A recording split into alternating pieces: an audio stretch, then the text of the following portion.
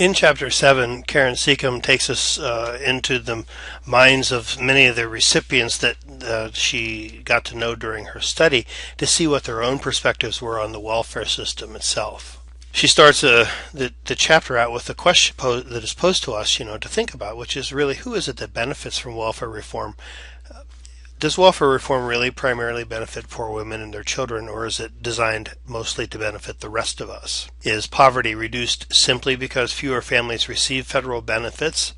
Some believe that benefits have to be kept low so that women don't get too comfortable on welfare. And so these are some of the questions and some of the, the myths that she looks at as she writes about this topic in this chapter. She identifies two critical philosophical undercurrents to the Temporary Assistance for Needy Families programs, the TANF programs.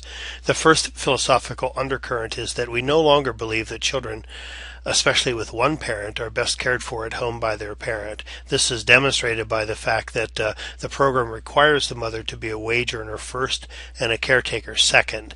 There is this work requirement that goes with TANF, which says that they have to be working 30 or 40 hours a week in order to receive benefits. And this means that they're separated from their children, and so there's definitely a value placed upon the woman's economic contributions over her contributions as a parent to children.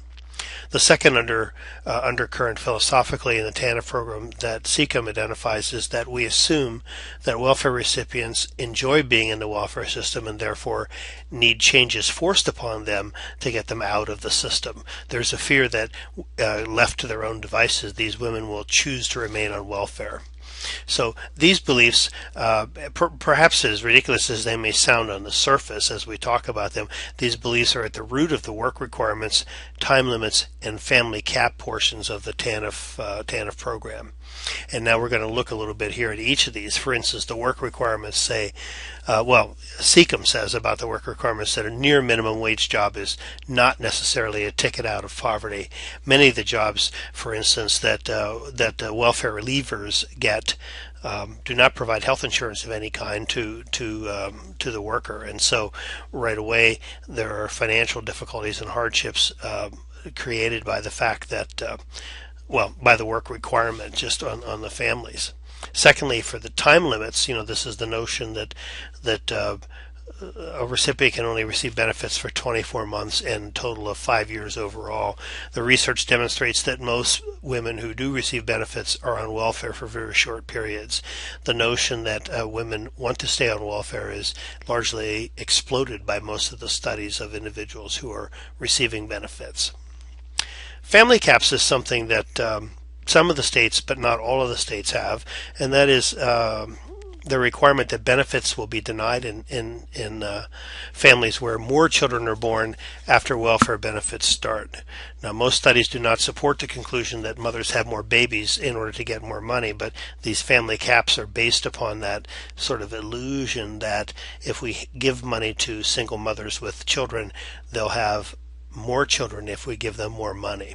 And again, that's simply not supported by most of the studies that you run across regarding this topic. Seccombe says that we do not value the maternal labor of welfare mothers as much as their economic labor, and we believe welfare recipients will swindle the American taxpayer until we force them to stop. She notes that those individuals who drafted welfare reform legislation, mostly white upper-middle-class males in Congress, had very little direct experience with welfare and never will have any such experience. She does talk about in this chapter, incidentally, one congressperson who had been a welfare recipient for a period of time, and she has some very interesting quotes in the chapter from that individual. But most of the people that drafted the welfare to work legislation have no idea what an existence in a welfare budget would be like. The needs and desires and suggestions of recipients of welfare programs were not sought for the most part during the course of this welfare legislation being drafted. And in this chapter she seeks out the ideas of the recipients in her study for as far as what is best for welfare reform. Seccombe also points to the book written by David Shipler, which I had mentioned earlier in the semester, I believe, called The Working Poor. This is a rather interesting book that examines the lives of those individuals who are in the lower working class in America, and they're described as being trapped in dead-end jobs without benefits or any opportunity or any hope of advancement. Shipler concludes in this book that the American dream is out of the reach of millions of Americans, where just one minor obstacle in their lives can lead to a downward financial spiral that can be impossible to reverse, whether it be a car breaking down or an illness of a child that isn't covered by insurance, or being laid off from work. Any types of things like that can suddenly take a family in these lower tier jobs, as they're referred to in this chapter, and push them over the edge economically. And so you consider that welfare leavers after 2 years can't return for a period of time to welfare, move into these low tier jobs. And if something does happen, that these low tier jobs are no longer available to them, or they're insufficient to meet the needs of the family members, you can see that the system now no longer provides them with the safety net that they can return to, at least for a period of time. And the fact is that most of the people leaving the jobs, leaving welfare rather, I should say, and taking jobs, are taking these low tier jobs with very, very little income security at all. So the people who receive welfare think, first of all, on the role of the government, the question being who's responsible for helping the poor. And she says that there's really three different philosophies in her study group, at least. That some believe the government is responsible for helping the poor. Others believe that, and these are welfare recipients themselves, believe that the poor are responsible for helping themselves. And others think that it's sort of a 50-50 proposition that government and family should work together to help the poor. She says that welfare recipients are not demanding that government design policies to help them stay on welfare, but instead they're asking that government be concerned about the problems associated with trying to raise a family on a welfare budget and to try providing a helping hand in solving these problems. Their opinions about the welfare system, they see both strengths and weaknesses. And among the strengths, it is that the welfare system does provide a floor for welfare families. At least there's, a bottom to things, that things won't get any worse than this. And that there are specific programs, Medicaid, for example, that are particularly helpful. And poor individuals could not afford health insurance and health care for themselves and their children. And so the welfare system does provide some very good programs that they would not otherwise be able to access. And in particular, child care assistance and transportation vouchers are very helpful to those individuals who are seeking employment or obtaining employment. But among the weaknesses that the recipients see in the system is even that floor for welfare families. It isn't enough for a family to live on. It's not a living wage by any stretch of the imagination. The system is impersonal, complicated. The workers within the system are also oftentimes at least, very unhelpful. And when an individual does find employment or is moving off of the system, the benefits are reduced or eliminated, sometimes prematurely, and that makes it very difficult for those persons to get on their feet economically. About current welfare reforms, some of the different aspects of that. For time limits, for instance, most of the recipients oppose or very reluctantly support time limits. As one recipient put it, you can be up on your feet one day and down the next, and so the idea that you can't return to welfare to be to catch you if you fall, so to speak, when you move out into a new job, makes those attempts to get off welfare much more difficult. For work requirements, most of the recipients support the work requirements, and this reflects, Seccombe believes, that most women on welfare want jobs, but they're concerned about finishing school, how quickly benefits are reduced, ensuring that work could be compatible with motherhood. Those kinds of things still are concerns related to those work requirements that need to be resolved if they're going to be successful. Family caps. This is that limitation placed upon additional children being brought into a welfare grant.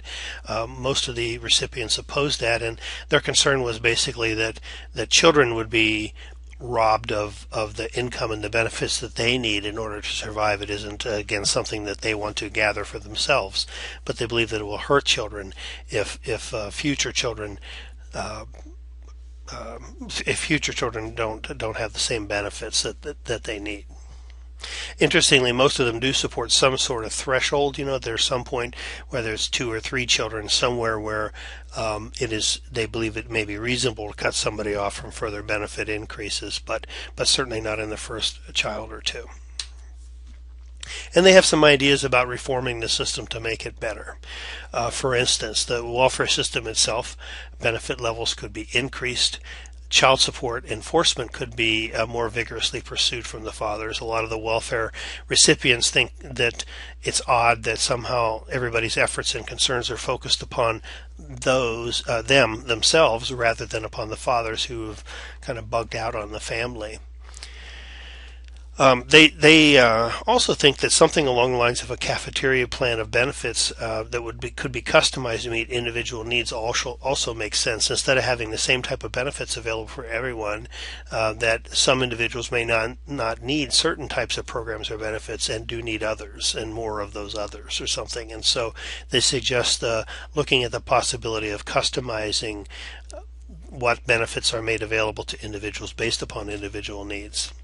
And finally, they would like to see the welfare system distinguish between those recipients who want to work and those who do not. And recipients do know that there are people that are receiving welfare that really just want to stay on welfare, that have no interest in working, but the majority of them do want to work, and they feel they're unfairly penalized and stigmatized because of those other people.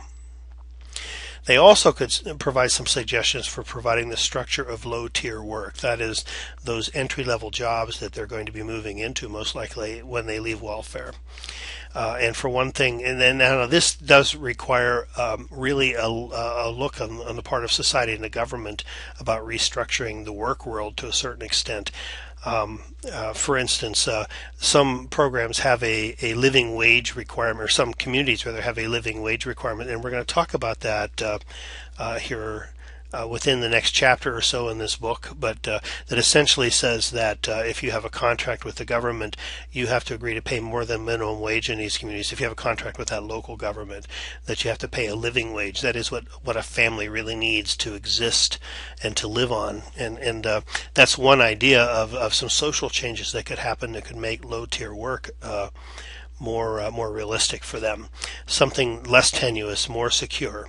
Pay that living wage, not the minimum wage, and perhaps allow individuals to keep their benefits temporarily while they start to work, so they can even maybe put a little money aside for those kinds of unexpected events that could push them over the edge.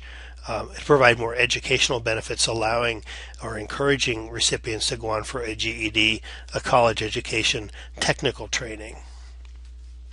Seccombe closes this chapter with a quotation that says that in the quest to cut costs, policymakers refuse to make the initial investments needed in both the welfare and economic systems to help women successfully jump from welfare to work, a jump that most recipients undoubtedly want to make.